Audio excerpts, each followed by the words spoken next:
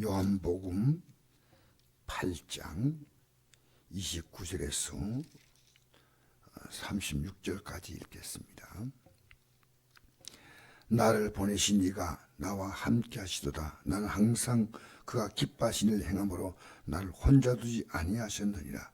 이 말씀하심에 많은 사람이 믿더라. 그러므로 예수께서 자기를 믿은 유대인들에게 이르시되 너희가 내 말에 거하면 참으로 내 제자가 되고 진리를 알지니 진리가 너희를 자유롭게 하리라. 그들이 대답하되 우리가 아브라함의 자손이야 남의 종이 된 적이 없거늘 어찌하여 우리가 자유롭게 되랴 하느냐. 예수께 대답하시되 진실로 진실로 너희에게 이르노니 죄를 범한 자마다 죄의 종이라. 종은 영원히 집에 거하지 못하되 아들은 영원히 거하나니 그러므로 아들이 너희를 자유롭게 하면 너희가 참으로 자유로우리라. 아멘. 진리를 알지니 진리가 너희를 자유롭게 한다. 이 진리가 뭘까요? 하나님 말씀이 진리죠. 그리고 이 말씀을 전하기 위하여 이 땅에 오신 예수님이 바로 진리입니다. 그래서 예수님은 요한복음 14장 6절에 내가 곧 길이요 진리요 생명이니 나로 말미암지 않고는 아버지를 올 자가 없다 그랬습니다.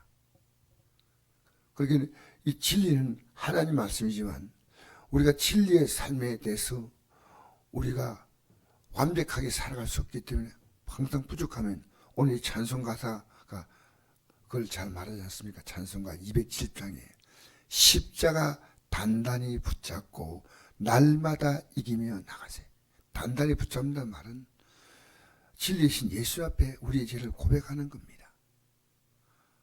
그래서 우리 예수님은 우리에게 참 자유를 주시고 참된 진리가 되신 분이십니다. 우리는 지금 살아가면서 보이지 않게 많은 게 묶여 있습니다. 왜 묶여 있는지 아십니까? 내가 진리이신 주를 붙잡으면 내 주님께서 내가 붙잡고 있는 그 가치보다 더 위대하시고 내 삶을 이끌어가기 때문인데 지금 우리가 정치에 묶여 있습니다. 정치가 지금 어떻게 돌아가는가? 좌우가 있습니다. 우리나라에 지금 국민들이 좌편은 좌편이 옳다 그러고 우편은 우편이 옳다 그러고 대통령을 탄핵해야 된다 그러고 대통령은 탄핵시키면 안 된다고 그러고 그 각자가 갖고 있는 자기의 생각입니다.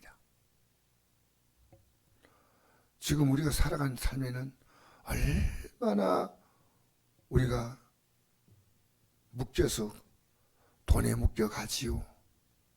사실은 몸에 건강에 묶여가지요. 인간은 자기의 명예나 자기의 쾌락이나 자기의 자랑이나 자기의 기쁨을 얼마나 구한지 모릅니다. 잘 아셔야 됩니다. 내가 정말 자유한가? 내 삶을 내 마음대로 산다. 이게 자유가 아니에요.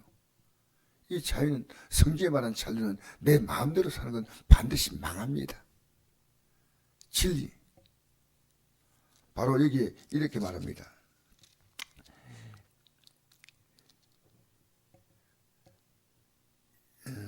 23절에 보니까 예수께 이르시되 너희는 아래에서 났고 나는 위에서 났으며 너희는 이 성에 속하였고 나는 이 성에 속하지 아니하였느니라. 그러므로 내가 너희에게 말하기를 너희가 너희 죄 가운데 죽으리라 하였노라. 너희가 만일 내가 그인 줄 믿지 아니하면 너희 죄 가운데 죽으리라. 바로 예수님께서 이 말씀하실 때 사람들이 믿겠다고 하는 이유는 바로 앞에 한 사건이 있습니다. 그 사건은 가늠하다가 현장에 잡힌 여인을 사람들이 끌고 예수님 앞으로 왔습니다. 그 당시에는 사법권이 유대인들이 없기 때문에 로마 정부에 있습니다. 그러므로 죄를 지어도 한 번에 죽일 수가 없는 것입니다. 고발할 수가 없는 거예요. 근데 로마의 법은 가늠하다 현장에 잡히는 것이 죽인 죄가 아닙니다. 그 성경적으로 볼 때는 이건 그 로마인들의 죄는 유대인들의 죄와 다르기 때문에 그래서 예수님을 올무에 걸려들게 하려고 자기들이 이 가늠하다 현장에 잡힌 여인을 처벌하지 아니하고 예수님께 온 겁니다. 이 여자가 현장에서 가늠하다 잡혔나이다.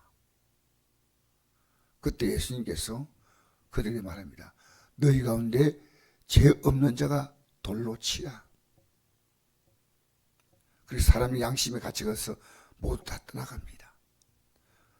나중에 그 여인에게 이렇게 말합니다. 너를 정죄한 자가 어디 있느냐? 그렇게 말하자 없다고 말합니다. 예수께서 이르시되 11절에 나도 너를 정죄하지 아니하니 가서 다시는 죄를 범하지 말라. 하늘 12절에 예수께 또 말씀하여 이르시되 나는 세상의 빛이니 나를 따른 자는 어둠에 자리지 아니하고 생명의 빛을 얻으리라. 예수를 따라오라는 겁니다. 어둠에 다니지 아니한다. 이 어둠이 뭡니까? 죄의 종이에요. 죄의 종은 우리가 지금 살아가는 많은 것을 묵습니다. 지금 우리는 우리의 삶의 기준이 절대 우리이기 때문에 많은 대화를 보면요, 이 세상 얘기를 얼마나 많이 하는지 몰라요. 뭐는 좋고 뭐는 나쁘고 무엇을 어떻게 해야 되고, 이 세상에 대한 것 얼마나 많은 복잡한 생각을 갖고 있는데 필요하지 않다고 말하지 않습니다. 그러나 우리가 정말 그것보다 더 중요한 이 진리에 대해서 우리가 이 진리를 말해야 됩니다. 저는 오직 오늘 이 아침에도 우리가 기도할 때 주여 내가 진리 안에서 참 자유를 얻게 해달라고 예수님이 우리를 자유케 하시는 겁니다. 왜 우리 기도합니까? 이게 진리가 자유함을 얻는 이 원리가 바로 기도입니다. 기도하면 하나님이 우리의 삶의 모든 죄와 사망에 속한 것들을, 병이 뭡니까? 사망에 속한 삶의 이제 증거가 바로 병입니다. 병. 아프다는 것. 마지막에 아픔의 것이 죽음 아니겠습니까? 그러나 우리는 이것이 죽음이 아니라 우리는 부활의 영광으로 일어난 줄 믿습니다. 그리스도 예수 안에 있는 자는 결코 정죄함이 없나니 이런 그리스도 예수 안에 있는 생명의 성령의 법이 죄와 사망의 벗을 해방했다. 지금 우리 초미의 관심사가 이 정치입니다. 정치. 우리는 어떤 편도 이제 들면 안 됩니다. 성경은 그걸 말하고 있습니다. 근데 목사가 나를 생각한다. 당연히 생각해야 되죠. 기도해야 되죠. 그러나 어느 편에 서고 어느 편을 필요하면 안 됩니다. 불쌍히고 기도해야 됩니다. 깨닫게 하도록. 그래서 마태복음 7장 1절에 보니까 비판을 받지 않으면 비판하지 말라. 너희가 비판한 그 비판으로 너희가 오히려 비판한다. 이 비판의 말은 사실은 심판의 말과 같은 단어입니다. 너희 눈에 들보가 있는데 형제의 눈에 티를 본다고. 그 말씀 다음에 어떤 말씀을 하시면 바로 7장 7절에 들어가서 이렇게 말씀합니다. 구하라 주실 것이요 찾으라 찾을 것이요 두려움 잃을 것이다. 이 모든 비판의 문제를 기도하는 문제로 바꾸라는 겁니다. 그럼 하나님은 진리 안에서 자유를 주시는 거예요. 지금 우리는 죄에 끌려가면 안 됩니다. 죄의 종은 이게 오늘 본문이 말하지 않습니까? 죄를 범한 자마다 죄의 종이라. 종은 영원히 집에 가지 못한, 이 죄를 갖고서는 집에 갈 수가 없어요. 아버지 집으로 못 들어간다는 거예요. 무슨 배짱으로. 죄를 지었으면 빨리 죄 지은 것은 예수님의 십자가 앞에 나와 해결해야 됩니다. 그래서 우리가 찬송 부를 때 찬송가 310장입니까? 주 안에 있는 나에게 딴 것이 있어야 십자가 밑에 나가 내 짐을 풀었다는 이 말은 우리의 믿음의 선배들이 이것을 찬송가를 그냥 지은 게 아니에요. 십자가 밑에 나가서 내 죄짐을 풀어야 됩니다. 우리는 조금만 나와 마음만 안 맞으면 미워하고 판단하고 정죄하고 하지만 이건 우리가 할 목이 아니에요.